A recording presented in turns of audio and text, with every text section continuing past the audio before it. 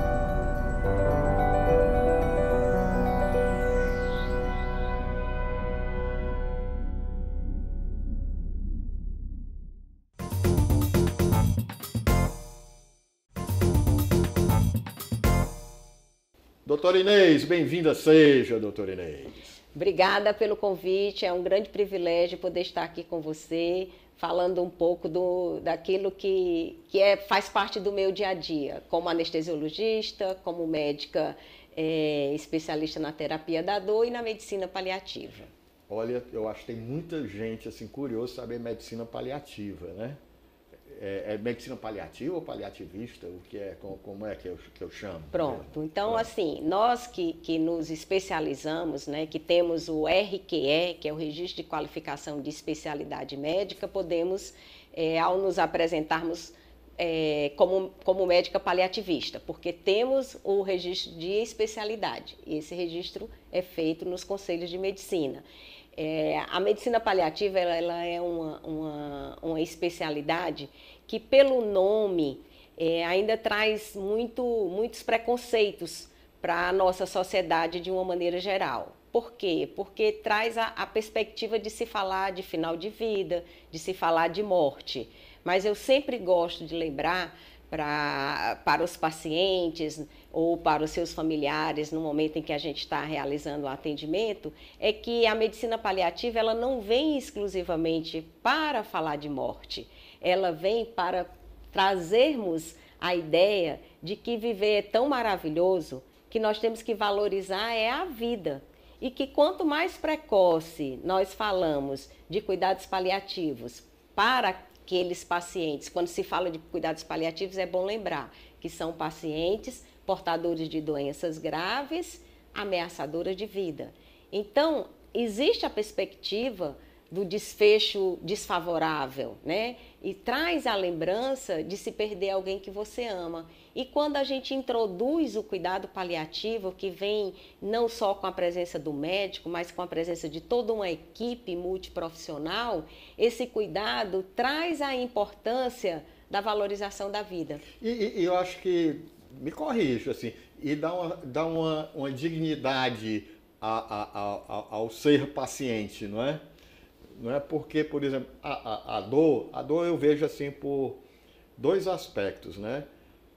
Tem a dor necessária, porque eu acho que ela nos sinaliza que a gente não está bem, tem alguma coisa, e tem a dor mesmo do sofrimento, né? Aquela que não passa, né? Por aí. Nós costumamos dizer que o alívio da dor é um direito humano, né? E que é fundamental, é importante que nós valorizemos sempre a queixa de dor por parte dos nossos pacientes, né? A dor realmente significa sempre que algo não vai bem no nosso organismo. Então, essa é a dor aguda, como você falou, que nesse momento a gente tem que empreender todos os esforços para poder diagnosticar qual a causa dessa dor aguda e poder tratar de forma adequada. Agora, aquela dor que persiste por mais de 3 meses, então ela deixa de ser uma dor aguda e ela passa a ser uma dor crônica. E a dor crônica, ela é muito mais que um único e um simples sintoma de dor. Por quê? Porque ela vem como uma síndrome, como um conjunto de sintomas. Então, o paciente que sofre com dor crônica, ele tem associado muitas vezes a depressão, a irritabilidade, a insônia, alterações do humor. Então, vários são os sintomas que vêm junto com aquele paciente portador de dor crônica, né? Então, isso rouba a dignidade do ser humano, como você falou, né? Ninguém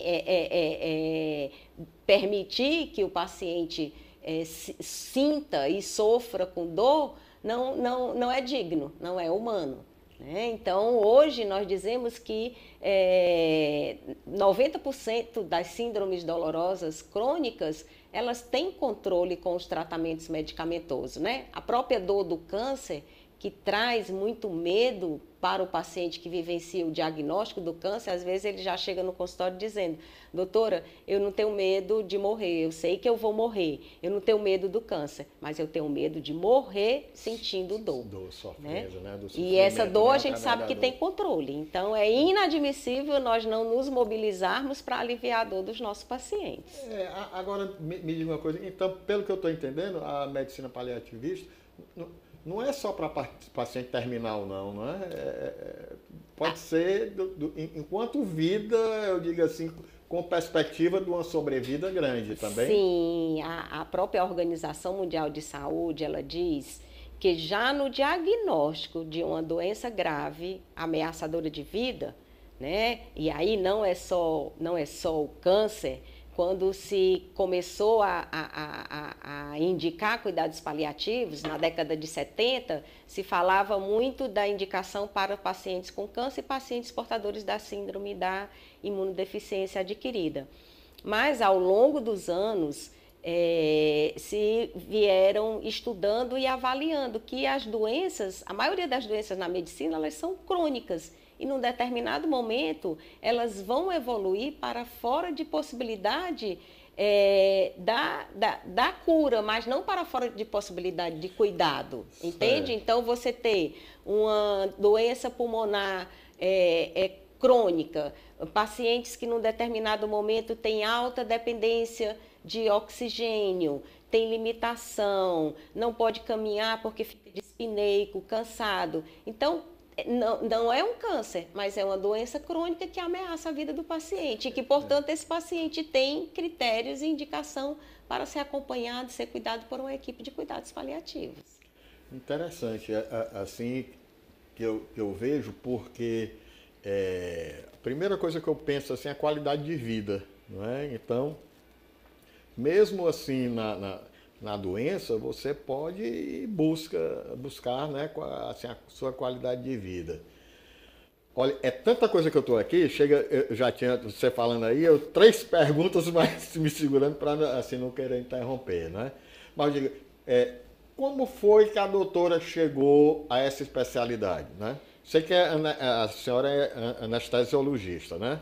Perfeito. Eu venho da área da anestesia, né? Então, como anestesiologista, nós, ao paciente ser submetido a um procedimento cirúrgico, a anestesia permite livrar da dor, né? O alívio da dor, né? Então, como anestesiologista, nós temos essas habilidades, o conhecimento de promover a anestesia. E trabalhando logo depois da minha formação como anestesiologista, eu já despertei o interesse para fazer a especialização na área da terapia da dor. Quando a gente começa como especialista no tratamento da dor, eu comecei a cuidar de muitos pacientes na época, há 23 anos atrás, pacientes com câncer. Inicialmente, a dor que mais causava sofrimento, que mais causava desconforto, era a dor devido ao câncer. Então, nessa época, ao avaliar os pacientes, a gente percebia que o paciente não sentia, não era só a dor que causava sofrimento diante da doença e diante do câncer. Existiam muitos outros sintomas associados à dor devido ao câncer. Então, era aquele paciente que era jovem, que tinha muitos projetos para serem realizados e, no entanto, a sua trajetória de vida estava sendo cortada pela doença, pelo câncer. E vinha a dor devido à doença, devido ao tumor, que muitas vezes crescia, comprimindo estruturas nervosas ali, próxima a determinada região onde o tumor se localizava, mas não era só essa dor física. Existia também a dor emocional, a dor de pensar que a sua vida estava sendo interrompida. Existia a dor social do paciente ver toda a sua família sofrendo por conta da sua doença. E também a dor que nós chamamos de espiritual, né? Porque eu, tão jovem, não tive filhos, não curti a vida como eu gostaria, porque eu tenho que morrer com uma doença como essa tão precocemente? Então, isso é o que nós chamamos de dor espiritual. Quando juntava todos esses sintomas, é o verdadeiro conceito de dor total, que foi descrito pela grande médica paliativista Cicely Sanders, que eu tive o privilégio de conhecê-la em 2002, durante a minha especialização em cuidados paliativos na Inglaterra. Ah, você tem experiência no exterior, em Londres, foi? Exatamente.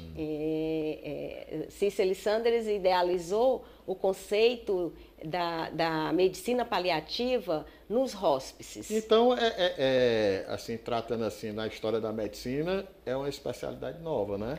No nosso país. No nosso país, certo? Né? Mas Cicely Sanders, já na década de 70, ela propagava na Europa, nos Estados Unidos, a medicina paliativa como uma ciência. Agora me diga, falando em dor, agora me causou uma curiosidade. E a dor dos amputados, não é? Porque às vezes a pessoa perde um membro e fica sentindo dor num membro que já não existe mais, né? Isso é o que nós chamamos de dor do membro fantasma, né? Então, realmente, ela tem controle, né? É importante que se faça um acompanhamento, porque se você não trata precocemente, o paciente pode passar anos, né, com a sensação de que o membro amputado persiste. A gente pensa, às vezes, que é só uma perna amputada ou um braço, mas até mesmo uma mama.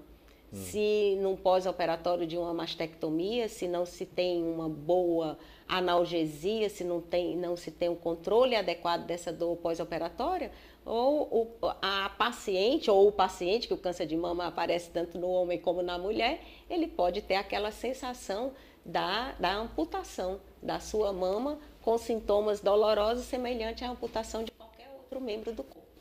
Falando assim em analgésicos, assim, né, nessas doenças, falando em drogas, né? Eu já ouvi assim falar, né? Eu como curioso, né? Pergunto muito, e dizendo que na medicina, por exemplo, a anestesia evoluiu muito, né?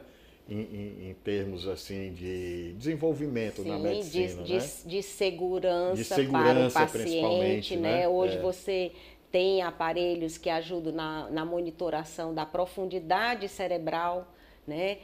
O nível de anestesia, quantidade de anestésicos que você tem como identificar se o paciente está superficial ou não, está profundo ou não, se está retendo gás carbônico ou não. Então, os equipamentos que hoje nós temos disponíveis, eles trazem uma segurança muito grande para o paciente durante os procedimentos anestésicos cirúrgicos. Agora, doutora, eu vou dizer um negócio, a medicina paliativista, né? Ela, eu acho que vai se desenvolver cada vez mais, porque tem muito a ver, me corrija, só dizendo assim, tem muito a ver com a expectativa de vida, né? Que está aumentando muito, né? Hoje em dia, por exemplo, você está entendendo na medicina o que é morrer de repente, o que é ter um troço, né? Sei lá, tudo. Se explica tudo, né?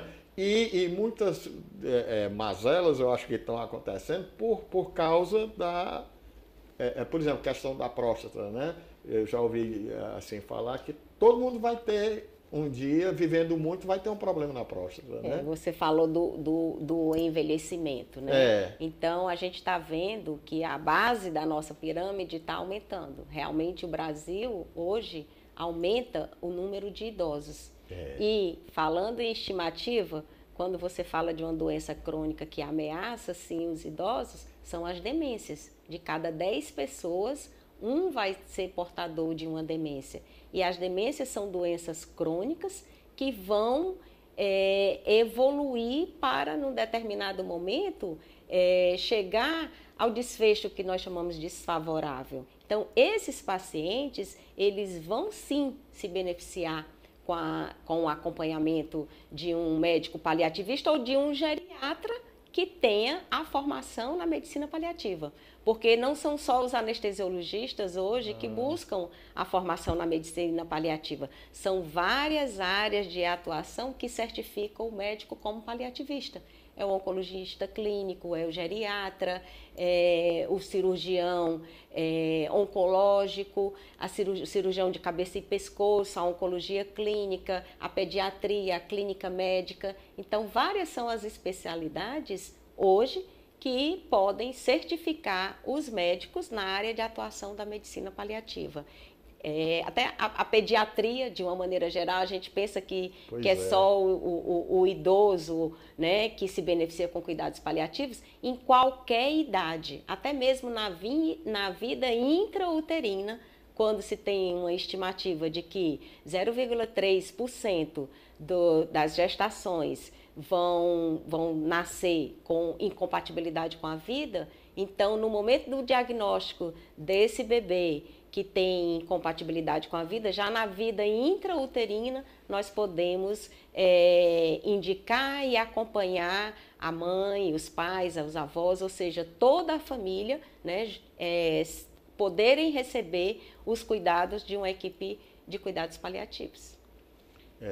Eu me lembrei agora, você falando disso, de um filme que eu assisti, que um ancião, já um idoso assim, ele dizendo, na hora da morte, ele dizendo que estava tão inseguro como no dia que nasceu. Me lembrou muito uma fala de um grande mestre nosso aqui em cuidados paliativos, que era o nosso querido padre Léo Pessini. Era um padre camiliano que foi presidente da Associação Camiliana. E ele tinha essa frase, que da mesma forma que nós somos cuidados ao nascer, nós devemos ser cuidados ao partir. Né? Então, a habilidade, permitir o alívio do sofrimento, isso é fundamental. Então, pronto, olha, vamos aproveitar o gancho aqui, né? E a mensagem é a seguinte, aqui para o próximo bloco. Nós vamos encerrar aqui, mas já a gente volta. Né? Até já!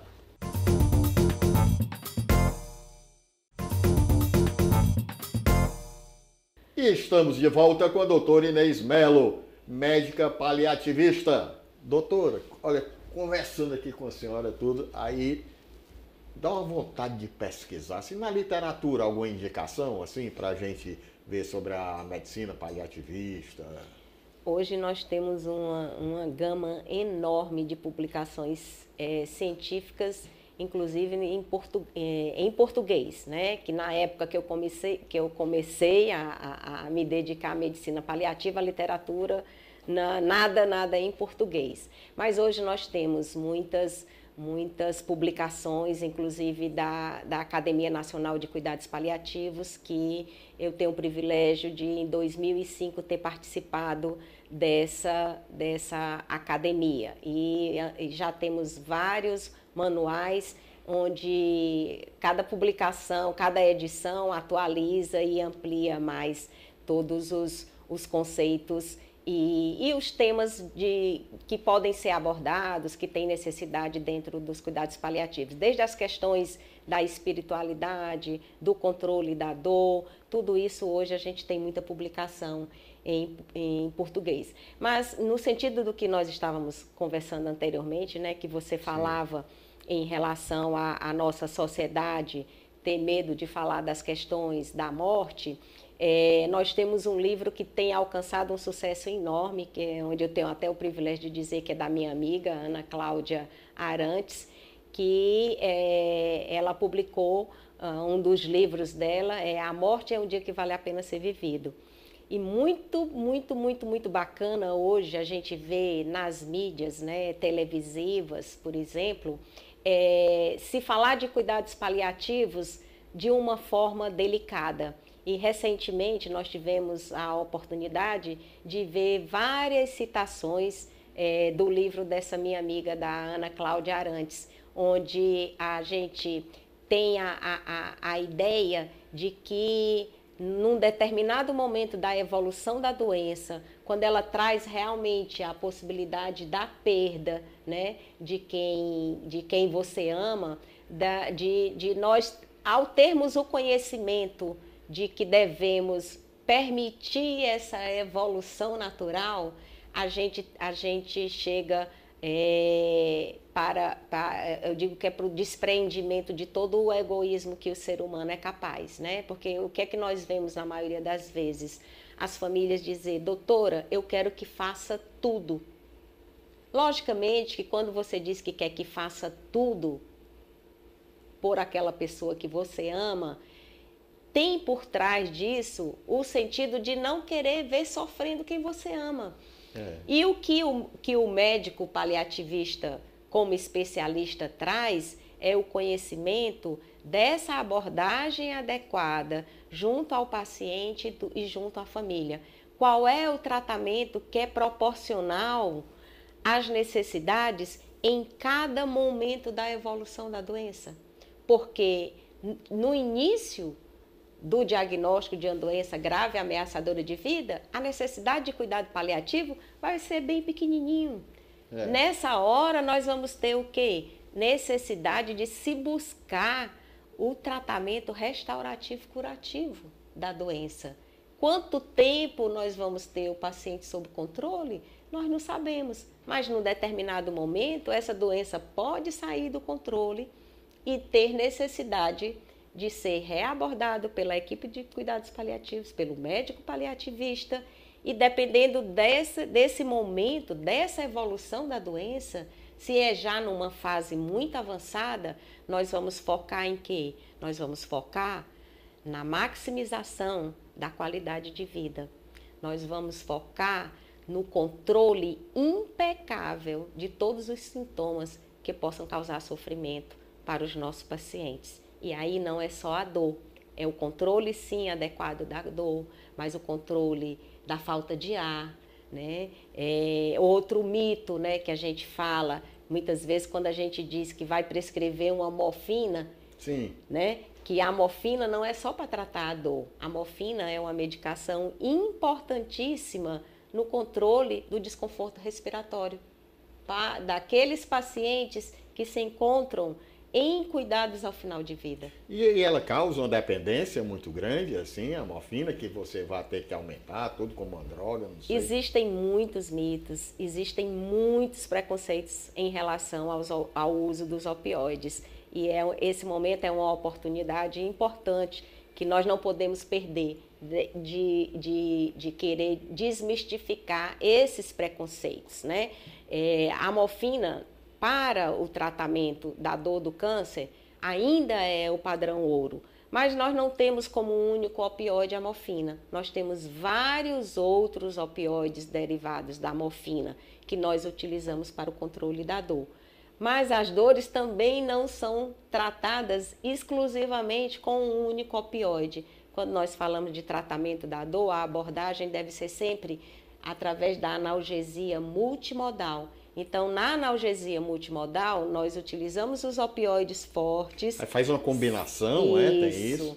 Associado aos analgésicos do grupo dos antidepressivos, dos anticonvulsivantes, dos anti-inflamatórios não esteroidais, dos corticoides. Então, essa combinação, dependendo do tipo de dor que o meu paciente apresenta, e aí pode ser classificado como dor neuropática, como dor nociceptiva, como dor mista, é importante o conhecimento, fazer o diagnóstico adequado, que é para poder tratar adequadamente a dor. Doutora, pelo que eu entendi, o tratamento não é só da dor do paciente, não, né? É da dor também dos familiares, né? Dos que o cercam, né? Por isso que cuidado paliativo não se faz sozinho, né? Quando a gente fala médica paliativista, é a médica que tem a formação na medicina paliativa. Mas a médica paliativista não faz cuidados paliativos sozinho. se faz necessário todo um acompanhamento com formação de uma equipe de cuidados paliativos.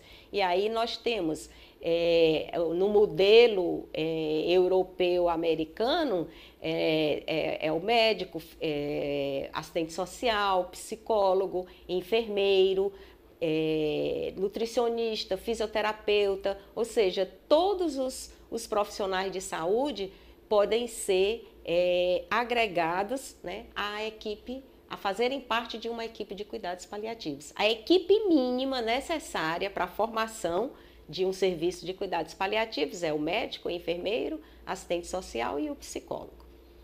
Certo? Então, esses 4 profissionais podem, sim, cuidar do paciente, cuidar da família do paciente e dos seus cuidadores, porque muitas vezes não existe só a família, existe aquele cuidador informal, que também cuida há tanto tempo daquele paciente que também precisa receber cuidados, que está sofrendo ao ver de quem ele cuida que está partindo. Então, o cuidado deve ser sempre de forma total. Porque, por exemplo, você é duro, né? Você vendo um ente querido seu sofrendo, né? Ali de dor, né? Certa vez eu me lembro, lá pelos anos 70, tinha um grupo de formandos em medicina que pediu no convite, que era uma foto do Gentil Barreira e um poema pedido para o Moreira Campos fazer. E o Moreira Campos falava que a maior dor era da solidão, sabe? Aí eu fico pensando assim, a solidão ampla, não é só essa solidão telúrica assim não, sabe? Mas você está, por exemplo, numa solidão desassistido, né? De profissionais, né? Isso daí dá uma segurança, né? É aquela solidão que dá a saudade do futuro, né? Aí eu me lembro do Chico Anísio dizendo, né, que não tinha medo de morrer, tinha saudade da vida, né? Na publicação científica descrita como um dos maiores medos que os pacientes apresentam, além da dor como um sintoma que pode causar muito sofrimento, é o de morrer sozinho. É de não ter ao lado alguém que você ama, né? E a gente fala sempre da preocupação da síndrome do 3D, né? Que é a dor, a depressão e o desamor. Mata mais que qualquer tumor. Então, é isso que você está dizendo, né? A solidão não faz bem a ninguém. Né? É importante que o paciente se sinta sempre que não foi abandonado, nem pelos seus familiares, nem pela equipe dos profissionais de saúde que cuidam desse paciente. Doutor, e o profissional de saúde também tem que se cuidar nisso, né? Porque, né, conviver com tanta dor alheia, né? Eu acho, eu pelo menos acredito muito nos médicos mais assim humanistas, pode ser assim, né? Que tenha mais o apego com a vida, né? A solidariedade com o ser humano mesmo, né? Então, vendo assim esse sofrimento, né? Eu sei que é um exercício, tem um lado profissional, mas se não faz é fácil, necessário. né? A gente diz sempre cuidando do cuidador sempre, né? Sempre, então, nós que fazemos parte de uma equipe de cuidados paliativos, nós temos sempre essa preocupação, né? De nos reunirmos regularmente, de termos um momento não só para a discussão dos casos clínicos dos nossos pacientes, mas um momento onde se oportunize o cuidado com o outro. Né? Isso é fundamental. E já tem aqui, por exemplo, formação assim, na especialidade do paliativista? Eu tenho o privilégio de, desde 2011, sim, né, ter feito parte da coordenação da primeira pós-graduação em cuidados paliativos. Por isso que você se expressa tão bem. Então tem experiência no magistério, atualmente né? Eu não estou mais na coordenação, mas nós temos uma pós-graduação que iniciamos, né, através da Unimed, inicialmente com a UES, né, pós-graduação em cuidados paliativos, e hoje essa pós-graduação acontece da Unimed com a Unifor. E isso tem realmente trazido para o nosso estado um ganho muito importante, onde nós podemos dizer que temos uma massa crítica em cuidados paliativos. Hoje nós temos uma excelência de profissionais muito grande no nosso estado. Me sinto muito feliz por aqui isso. A nossa medicina aqui no Ceará, ao longo dos anos, tudo, eu diria, de certa forma até autoral mesmo, né? Você pega o doutor Galba Araújo, era que tinha a história dos partos naturais, que ele já falava isso na década de 700, 70. Galba Araújo, é? Sim, né? Galba Araújo.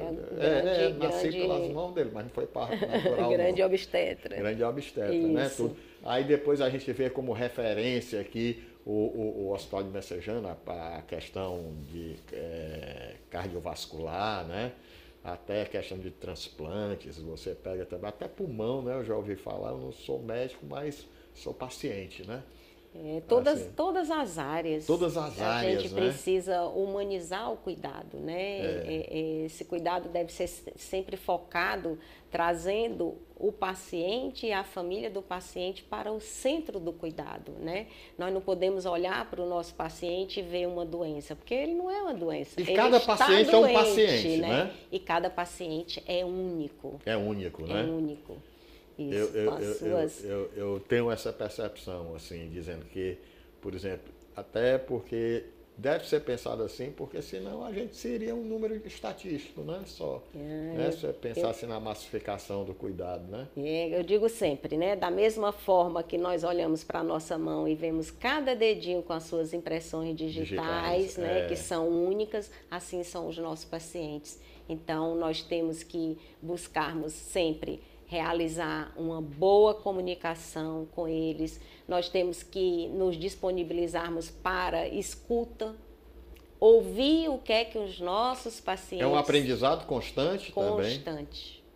Constante. Aprende muito, o profissional de medicina aprende muito com o paciente? Diariamente. A partir do momento que nós nos permitimos ouvir as queixas dos nossos pacientes. Eu digo que a gente tem que dar tempo, né? Às vezes você está dizendo, você está perdendo tempo, faz tempo que fala. Naquele atendimento não é perder tempo, é dar tempo. Na escuta, o paciente nos diz tudo. Ele nos dá o direcionamento para o cuidado que nós precisamos oferecer para ele. Então, por isso deve ser difícil você tratar de criança que ainda não se comunica, né? Um achado. Doutora, me diga uma coisa assim, nós já falamos de criança, já falamos de gente, de ancião, tudo, mas também tem o adolescente, né? Todas as idades, Todas né? as idades. Todas as idades nós vamos ter pacientes que vão ter a necessidade do cuidado paliativo, envolvendo o cuidado com a família, envolvendo o cuidado e o controle impecável de todos os sintomas que possam causar sofrimento, sejam sintomas físicos, emocionais, sociais ou espirituais.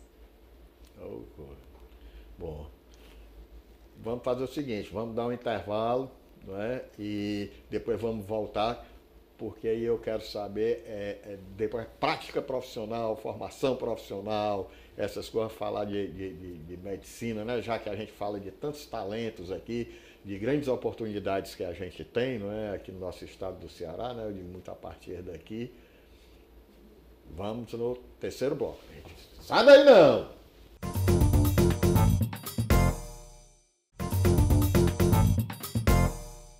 E nesse bloco derradeiro, continuamos aqui com a doutora Inês Melo, médica paliativista. Ei, doutora Inês, falando aqui sobre a prática profissional, né? Já falamos aqui da excelência assim, de formação, também, né? de atuação dos colegas, tudo. Agora, a senhora tem alguma experiência em conselho? Fala aí, como é o Conselho Regional de Medicina? Sim, Totônio. Eu estou desde 2018, né, como vice-presidente do Conselho Regional de Medicina do Estado do Ceará, que é o nosso CREMEC, que tem como presidente o nosso conselheiro, doutor Elvésio Neves Feitosa. Estamos aí nessa missão já há alguns anos, né? E as questões éticas, as questões bioéticas, são sempre uma paixão para aquele que se envolve, né? Que se compromete, principalmente porque as atividades conselhais, elas são atividades honoríficas, né? Então, eu me sinto muito privilegiada de estar hoje na função de vice-presidente do nosso CREMEC. E é um conselho assim, participativo, né? Assim como os médicos, os profissionais, né, da medicina, assim, são atuantes assim, no... Foi importante essa oportunidade que você está me dando, até porque nós estamos agora vivenciando, né, um período das eleições CREMEC 2023. E a gente, sempre que tem a oportunidade, a gente busca esclarecer o que realmente são as atividades conselhais, né? Dentro das nossas propostas de campanha, nós só podemos fazer propostas que nós temos certeza que nós vamos cumprir. Por quê? Porque todas as atividades conselhais, elas estão restritas à Lei 3268 de 1957. E essa lei, ela traz como atividades finalísticas do nosso conselho a fiscalização, né? E isso nós vemos desempenhando muito bem. As atividades normativas, que é de elaborar pareceres, recomendações, resoluções. As atividades cartoriais, que é a de registrar os diplomas dos médicos, registrar as empresas médicas e também de fundamental importância fiscalizar para que falsos médicos não se registrem no nosso conselho. Então, porque vez inclusive, por outra a gente recentemente isso, né? nós tivemos uma ação, né, conjunta do CREMEC, né, dos nossos servidores, junto com a polícia, onde nós fizemos um flagrante de uma falsa médica querendo se registrar no Conselho Regional de Medicina. Então, essa é uma atividade também muita coragem, importante, né? E a outra atividade, dentro das 4 funções finalísticas, é a ação judicante. Logicamente que, frente a todas essas ações finalísticas, nós temos que também ter em mente que o papel do Conselho, que está lá no nosso Código de Ética Médica, é de proteção da sociedade e da boa prática médica.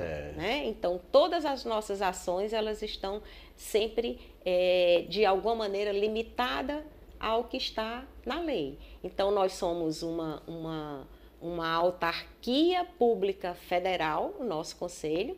Nós temos uma autonomia financeira, porque nós somos mantidos pelas anuidades de todos os médicos e das empresas que são registradas, empresas de saúde que praticam, que realizam as atividades médicas, mas a nossa autonomia financeira, ela tem restrição, porque tem que ser focado nas funções finalísticas que nós acabamos de falar, da Lei 3268 de 1957, e somos rigorosamente auditados anualmente pelo Tribunal de Contas da União e pelo Conselho Federal de Medicina.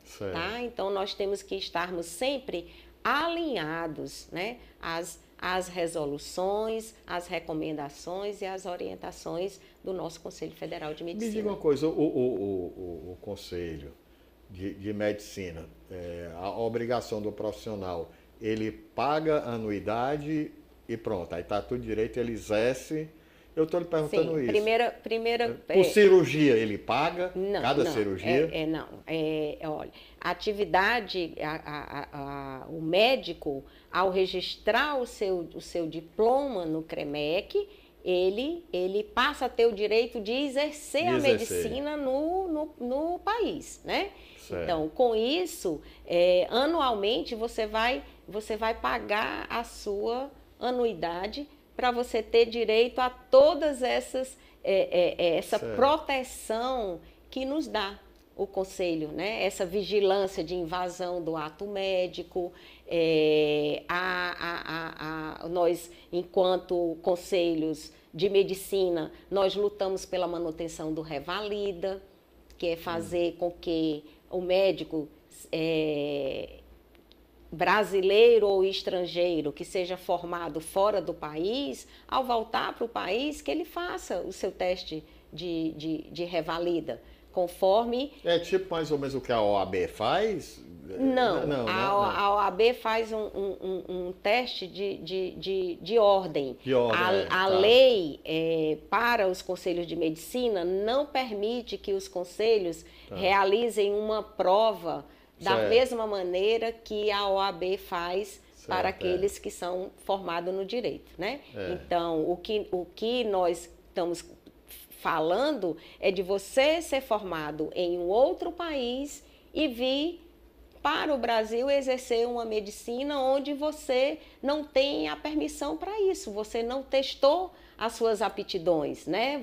Os seus testes de competência, você não sabe se você está no mesmo nível das universidades brasileiras. E isso você põe em risco a população. Nós não queremos um tipo de médico para a população que é carente e um tipo de médico para a população que tem o privilégio de ter o poder econômico de procurar os melhores médicos do país. Não, nós queremos ter um médico que tenha qualidade na sua formação e que possa oferecer o cuidado de excelência para todos os pacientes, em qualquer lugar que esse paciente se encontre, sem distinção. Isso aconteceu agora na pandemia, não era? Quando a pessoa ia se internar, lá ninguém sabia quem era rico, quem era pobre, não era tudo, pelo menos é o que eu passei, né? O juramento hipocrático, ele nos ensina que nós não podemos fazer, ao atendermos o nosso paciente, nós não podemos fazer distinção de cor, de sexo, de raça, de gênero, em absoluto. Nós, ao atendermos o nosso paciente, nós temos que prestar todo aquele conhecimento, nós temos que prestar toda a assistência que ele tem direito. E se nós não tivermos condições, nós temos que ir buscar essa condição para oferecer para o nosso paciente. E uma proposta assim relevante? Eu sei que são várias, né? Vocês têm várias propostas relevantes, mas você podia citar assim para a gente saber? Uma das que a gente foca mais realmente é a defesa do Revalida, cada vez mais a valorização do ato médico, a defesa da carreira de Estado para o médico, da mesma forma que a magistratura tem a carreira de médico, né? Então, nós entendemos que o nosso país, que o Brasil, ele não precisa estar importando médicos estrangeiros. Nós hoje, na última estimativa do CFM, nos apresentou um relatório que nós temos 560 mil médicos formados no nosso país, certo? E nós não o que nós precisamos é dar condição de poder fixar o médico nessas áreas que são consideradas de difícil acesso, áreas remotas. Dar condições para que o médico possa também exercer uma medicina de qualidade. Porque o médico também sem condição, sem ferramenta nenhuma de trabalho, como é que ele vai se sentir estar num local e não poder oferecer o básico que ele precisa, né? Exames laboratoriais, exames radiológicos, como que ele vai cuidar desse paciente? Então, a gente também precisa dar condições de trabalho para o nosso médico. E isso é uma das nossas defesas, né? Fazer com que, através da carreira de Estado, esse médico possa se fixar ali no interior e gradativamente ele vai alcançar ao final da sua trajetória um plano de carreira, né? Um plano de carreira, exatamente. Me diga uma coisa, aqui no Ceará, todo município tem médico, tem um posto assim, pelo menos posto de saúde? Nós temos um programa, né, que nós chamamos o programa Mais Médicos, né? Sim. Que fixa o médico em todas as regiões que tenha pelo menos um médico para assistir às populações carentes através dos programas das unidades básicas de saúde de família, né?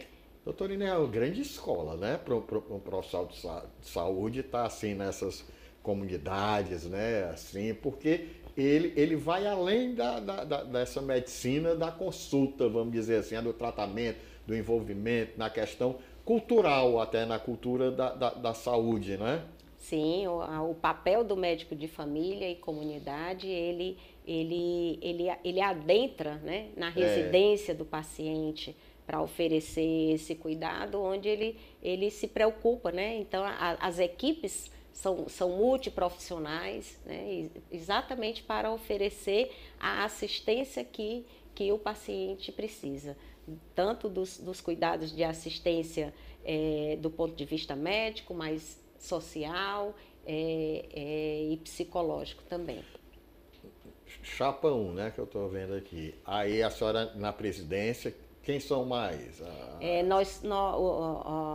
Lembrando, né, que nós estamos, inclusive, divulgndo que é importante, até o dia 7 de agosto, todos os colegas médicos verificarem se os seus dados cadastrais estão corretos, dados de e-mails. Depois do dia 7 não pode mais ter correção desses dados. As eleições elas irão acontecer no dia 14 e 15 presencial? De agosto.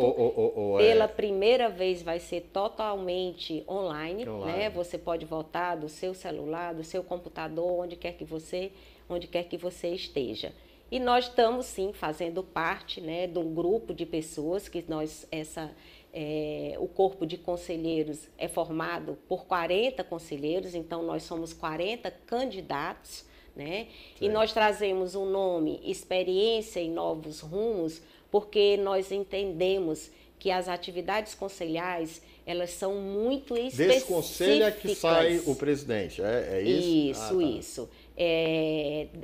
Entre essas 40 pessoas, na primeira sessão plenária que se escolhe a diretoria. A diretoria, né? Tá certo? Então, nós temos 40 candidatos com currículos, né? Com pessoas...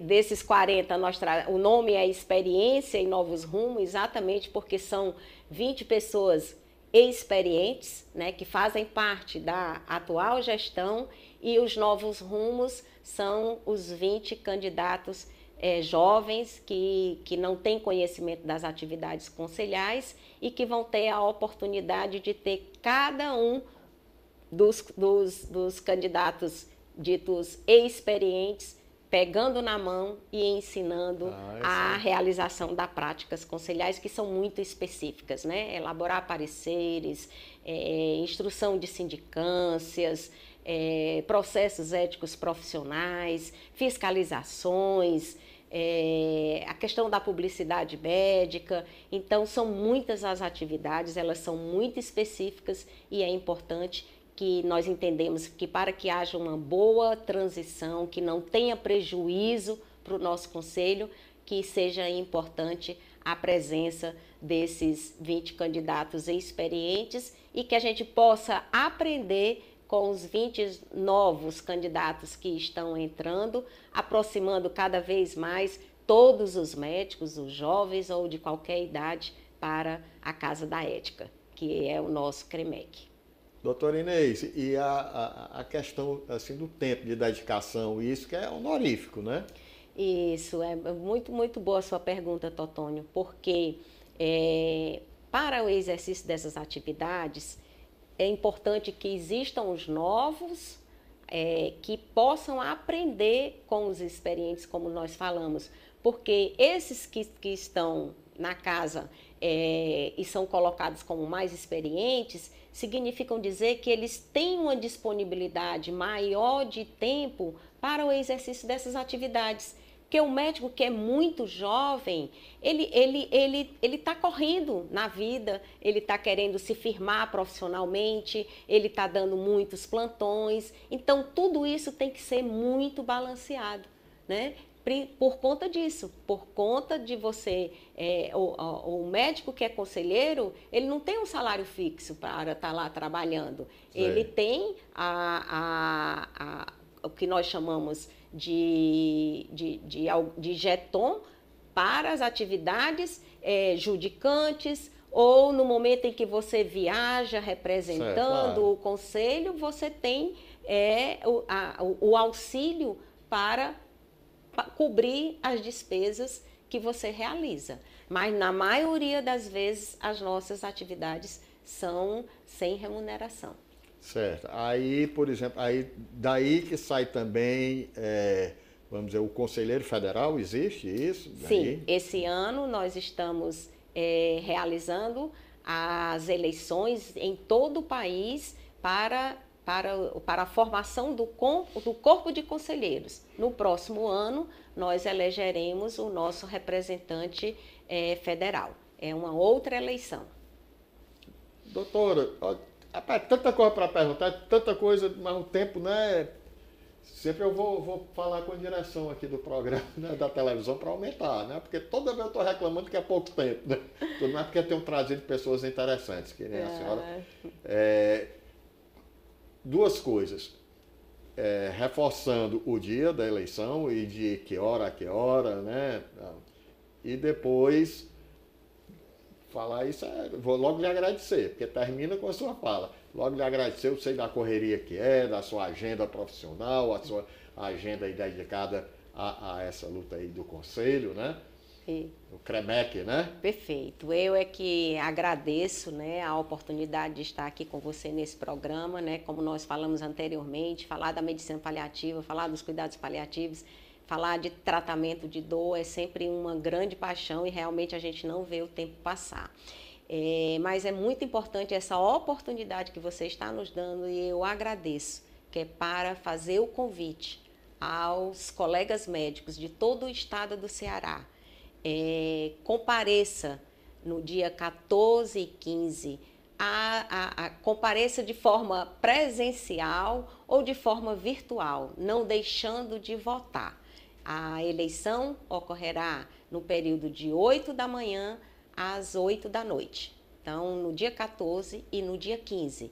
E o conselho estará aberto para aqueles que sentirem alguma dificuldade de voltar de forma virtual, ele poderá comparecer ao conselho e lá nós teremos mesários, tudo trabalhando de forma segura e eficiente para atender o médico que quiser ir votar no conselho. E atentem para o dia 7 de agosto. Entre no site, verifique se você se cadastrou no seu CRM virtual e se tem alguma pendência, porque é importante para que você exerça, o voto é obrigatório, né? O voto é obrigatório, mas para que você exerça esse papel que é de fundamental importância para toda a medicina brasileira, comparecer com o seu voto, ok? Doutor Inês, boa sorte, até o próximo!